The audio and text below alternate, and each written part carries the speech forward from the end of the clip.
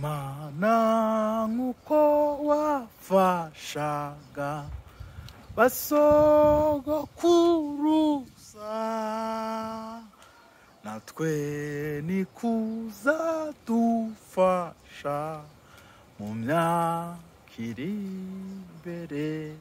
Ayi, natwe nikuza duelewelemo mu myaka iri imbere. Tugushimiye kubw'igitondo cy'umugisha, dushimiye izina ryawe rikomeye Kristo, mutanga bugingo, jambo rizima turyaho tugakomera, nzira n'ukuri n'ubugingo, maze amara inyota labonemo elestavo, itangiriro n'iherezo. Kristo wabambye isi nta muyede, wadukunze urukundo rukomeye ukava mu ijuru ukaza enede tavo stiki tayavo, ugaca bugufi kugira abanyabyaha tubabarirwe. Himbaza ushirwe hejuru, ubane natwe muri iki kiganiro wera wabambwe, mu izina rya Kristo, amen. Tugiye kuganira ku nzozi, tugiye kuzajya tugerageza buri munsi wenda dushiraho akantu k'inzozi. Kandi inzozi warose cyangwa ushaka ko tugusobanurira, izo utasobanukiwe andika hasi muri commentaire, izo ushaka ko tugusobanurira nazo wandike hasi. Tugiye gusobanura, tugiye kurotora. Hari umugabo umwe witwa Yosefu warotoye inzozi, kandi we ibintu bigenda neza.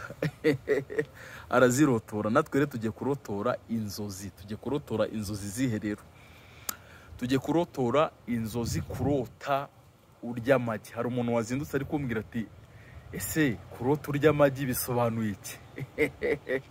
Cyangwa ukabona inkoko iraririye amagi, hari ibiraririye ajya guturaga, igaturaga amagi, nako hakavamo amwe ituraga andi akaba amahuri, bisobanuye iki? Nibyo tugiye kuganiraho rero, by'inkoko iraririye amagi cyangwa kubona urya amagi. Kurota urya amagi, amagi avuga amasezerano. Noneho hari ubona igi ryikubise hasi, ubwo ni amasezerano yawe uba uri kunyagwa. Ariko iyo ubonye ufashe nk'amagi ukabona nta kibazo cyangwa uri kuyajya kuyarya, ni umugisha wawe, cyangwa ugeze mu masezerano y'ibyo Imana yakubwiye. Niba Imana yarakubwiye, wenda ni urugero, niba Imana yarakubwiye urugo, noneho kurota uri kuyarya ni ukuba, niba wari umukobwa, kuba noneho wageze muri rwa rugo uri kubana n'umugabo wawe. Kurota uri kurya amagi, mwabyumvise?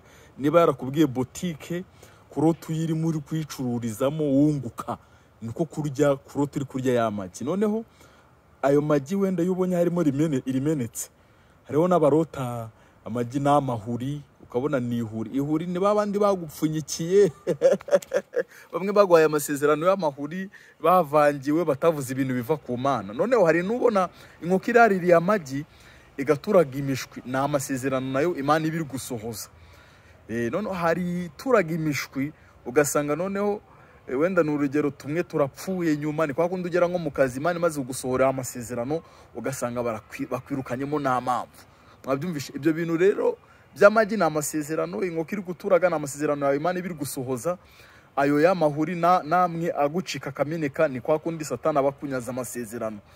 Ayo y'amahuri ni bamwe bagiye bagupfunyikira b'abahanuzi. Izo nzozi zivuga ku bintu by'amagi ni ibintu by'amasezerano, kandi humura, ibyo Imana yavuganye nawe mu nzozi kizabonwa. Samatare, gabanya ifiriti, ahandi hose wasengeye mu ijambo hose Imana izabisohoza, niba ariyo mwavuganye. Kuko hari n'abantu bivugira ubwayo, mugasanga umuhanuzi muramujyanye, mumuteretse ikiji n'inkoko n'ibiki, akavuga yiyoboye. Ibyo Imana yakubwiye, niba ariyo yavuganye nawe, ayo masezerano Imana izasohoza. Ibyo by'amagi rero nicyo bisobanura. Imana ibaha umugisha. Shalom shalom, amen.